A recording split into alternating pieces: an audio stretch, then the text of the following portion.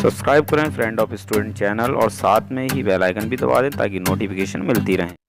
Hello प्यारे बच्चों, कैसे हो आप सभी। उम्मीद है आप सब बहुत ही अच्छे होंगे। तो स्वागत है आप सभी का आपके ही अपने YouTube channel friend of student में। तो चलिए बच्चों, फटाफट से आज की अपनी इस वीडियो क्लास को हम शुरू कर लेते हैं। तो बच्चों, प्रश्नावली 5.3 के प्रश्न नंबर 8 में बच्चों हमसे बोला है कि एक बाग में 2025 पौधे इस प्रकार लगाए जाने हैं कि प्रत्येक पंक्ति में उतने ही पौधे हों जितनी पंक्तियों की संख्या हो। पंक्तियों की संख्या और प्रत्येक पंक्ति में पौधों की संख्या ज्ञात कीजिए। तो चलिए बच्चों, इस क्वेश्चन को सॉल्व करते हैं। सारी चीजें आपको अच्छे समझाता हुआ चलूंगा, सवाल आपको समझ में आ जाएगा। तो बच्चों, क्वेश्चन में हमसे पंक्तियों की संख्या और प्रत्येक पंक्ति में लगाए जाने वाले पौधों की संख्या पूछी गई है। ठीक है, तो देखो बच्चों, हम मान लेंगे कि पंक्तियों की संख्या x है। ठीक है, अब अगर बच्चों पंक्तियों की संख्या x है, तब बच्चों प्रत्येक पंक्ति में लगाए जाने वाले पौधों की संख्या कितनी हो जाएगी। भाई ये भी x हो जाएगी। क्यों? क्योंकि सवाल में हमसे साफ साफ बोला गया है कि जितनी भी पंक्तियों की संख्या है उतने ही पौधे प्रत्येक पंक्ति में लगाए जाने हैं।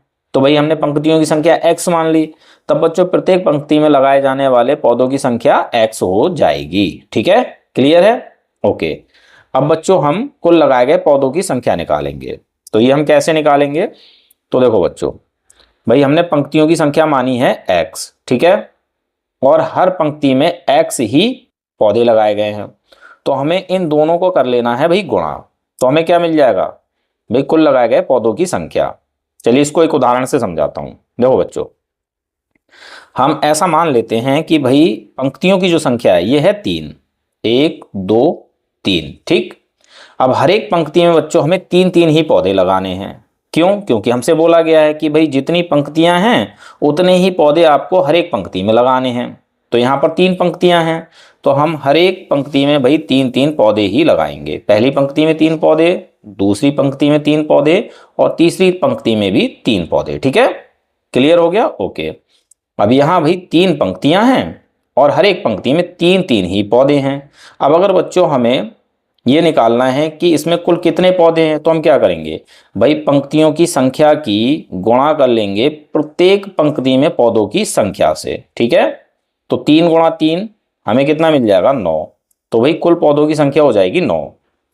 पहली पंक्ति में 3 पौधे, दूसरी पंक्ति में 3 पौधे और तीसरी पंक्ति में 3 पौधे, तो टोटल हो गए भाई 9 पौधे। ठीक है, क्लियर हो गया बच्चों?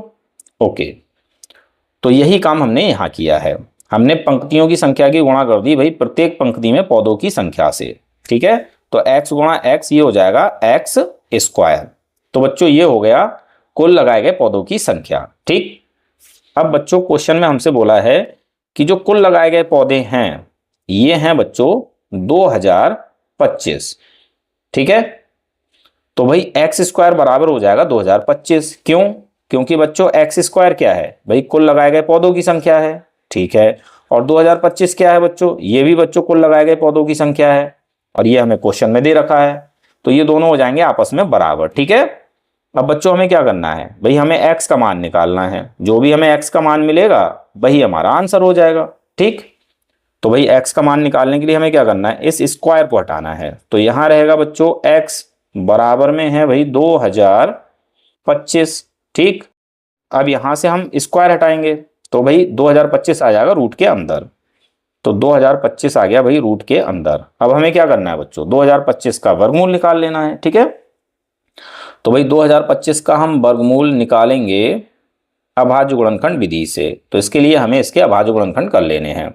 2025 में 3 का भाग जाएगा, 2 का भाग नहीं जाएगा। ठीक है, 3 का भाग 20 में जाएगा, 6 बार 3 छंग 18, 20 में से 18 को हटाएंगे 2 बचेगा। 3 का भाग 22 में जाएगा भाई 7 बार 3 सत्ते 21, 22 में से 21 को हटाएंगे 1 बचेगा, 15 हो जाएगा। अब 3 का भाग 15 में जाएगा 5 बार 3 पंजे 15।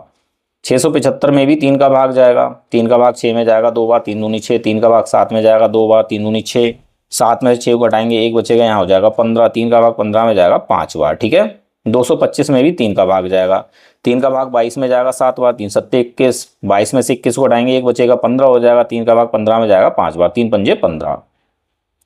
75 में भी बच्चों 3 का ही भाग जाएगा, 3 का भाग 7 में जाएगा 2 बार 3 दूनी 6, 7 में से 6 को घटाएंगे 1 बचेगा 15 हो जाएगा। 3 का भाग 15 में जाएगा 5 बार 3 पंजे 15। अब 25 में 5 का भाग जाएगा, 25, फिर 5 में 5 का भाग जाएगा, 5 एकम 5।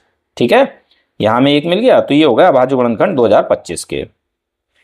तो भाई हम अंडर रूट 2025 को लिख सकते हैं 3 गुणा 3 गुणा 3 गुणा 3, 3 4 बार है, और भाई 5 है 2 बार, 5 गुणा 5, और इसको हम लिखेंगे रूट के अंदर। ठीक है, तो हम अंडर रूट 2025 को अंडर रूट 3 गुणा 3 गुणा 3 गुणा 3 गुणा 5 लिख सकते हैं। ठीक है, अब हमें क्या करना है भाई, जोड़ा बनाना है। 3 का जोड़ा बन गया, 3 रूट के बाहर गुणा, फिर से 3 का जोड़ा बन गया, 3 रूट के बाहर गुणा, फिर 5 का जोड़ा बन गया, तो भाई 5 भी रूट के बाहर। अब इन सबकी हमें गुणा कर लेना है, 3 3 9 9 पंजे 45, तो हमें भाई x का मान मिल गया 45, और यही हो गया हमारा आंसर। ठीक है, यानी पंक्तियों की संख्या 45 हो जाएगी, और प्रत्येक पंक्ति में लगाए जाने वाले पौधों की संख्या भी हो जाएगी 45। ठीक है, तो यहां पर बच्चों हम अपना आंसर लिख देते हैं। तो बच्चों पंक्तियों की संख्या ये हो जाएगी भाई 45, और प्रत्येक पंक्ति में पौधों की संख्या ये भी हो जाएगी 45। ठीक है, तो यहां पर हमारा आंसर हो गया भाई कंप्लीट। उम्मीद है सवाल आपको अच्छे समझ में आ गया होगा। तो मिलते हैं अपने अगली वीडियो क्लास में।